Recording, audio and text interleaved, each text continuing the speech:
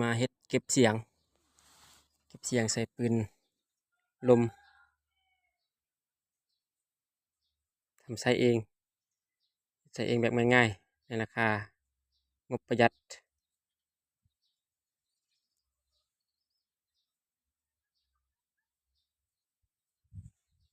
อุปกรณ์เขาก็มีใส่ท่อแป๊บแล้วก็ใส่ฟองซิโนโฟมล้างถ้วยเนาะอัดเข้าไปในหู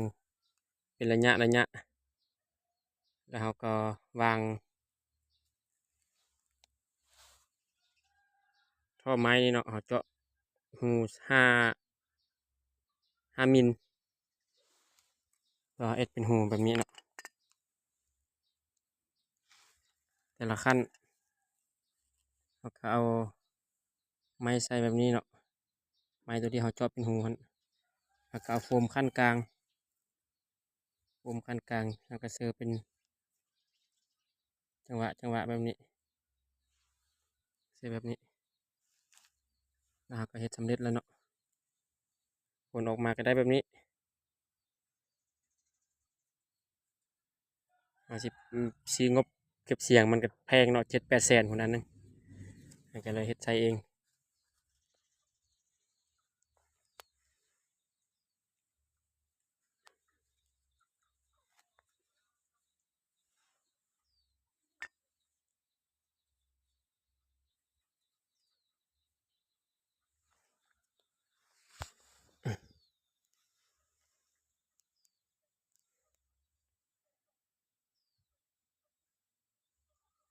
เก็บเสียงงานแบบบ้านๆ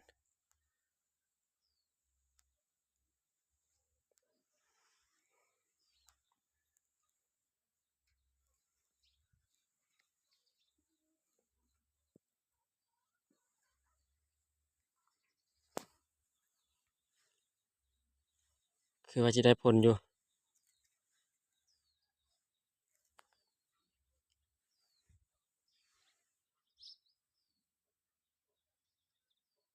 หลังจากเฮ็ดแล้วคลิปหน้าจะไปเจอกันเนาะเราลองทดลองเบิ่งเก็บเสียงว่ามันจะได้รับผลจักเปอร์เซ็นต์ความเงียบถือว่าคักอยู่ได้คักอยู่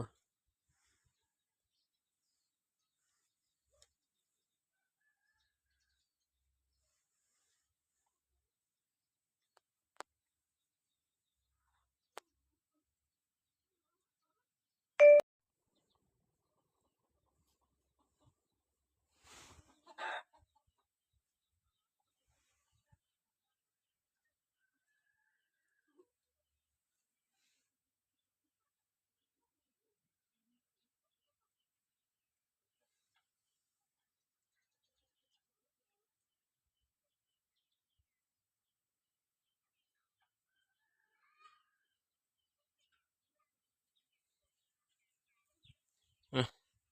ถือว่าก็สิได้ผลอยู่เนาะ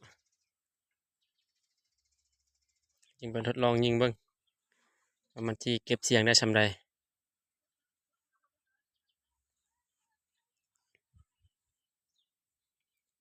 ก็มีแต่เรา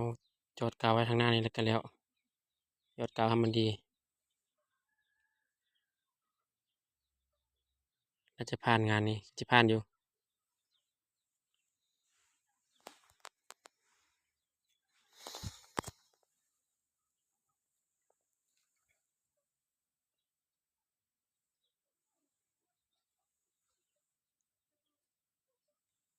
MK100แล้วก็สั่งนำค่าย M100เพิ่นมาเนาะเอามาเฮ็ดเก็บเสียงใส่เก็บเสียงก็งานแบบบ้านๆนี่แหละลองเบิ่งทดลองเบิ่งว่าได้ผลบ่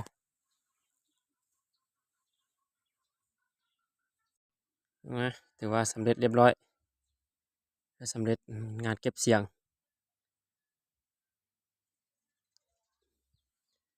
คลิปหน้าเรายังไปทดสอบเบิ่งว่ามันสิได้ผลบ่ว่าเวลาเราบ่ใส่เก็บเสียงกับเราใส่เก็บเสียงตัวที่เราเฮ็ดขึ้นมานี่เนาะว่ามันสิเงียบสิได้ผลส่ำใดก็ว่าตรงเป็นตรงแล้วเนาะ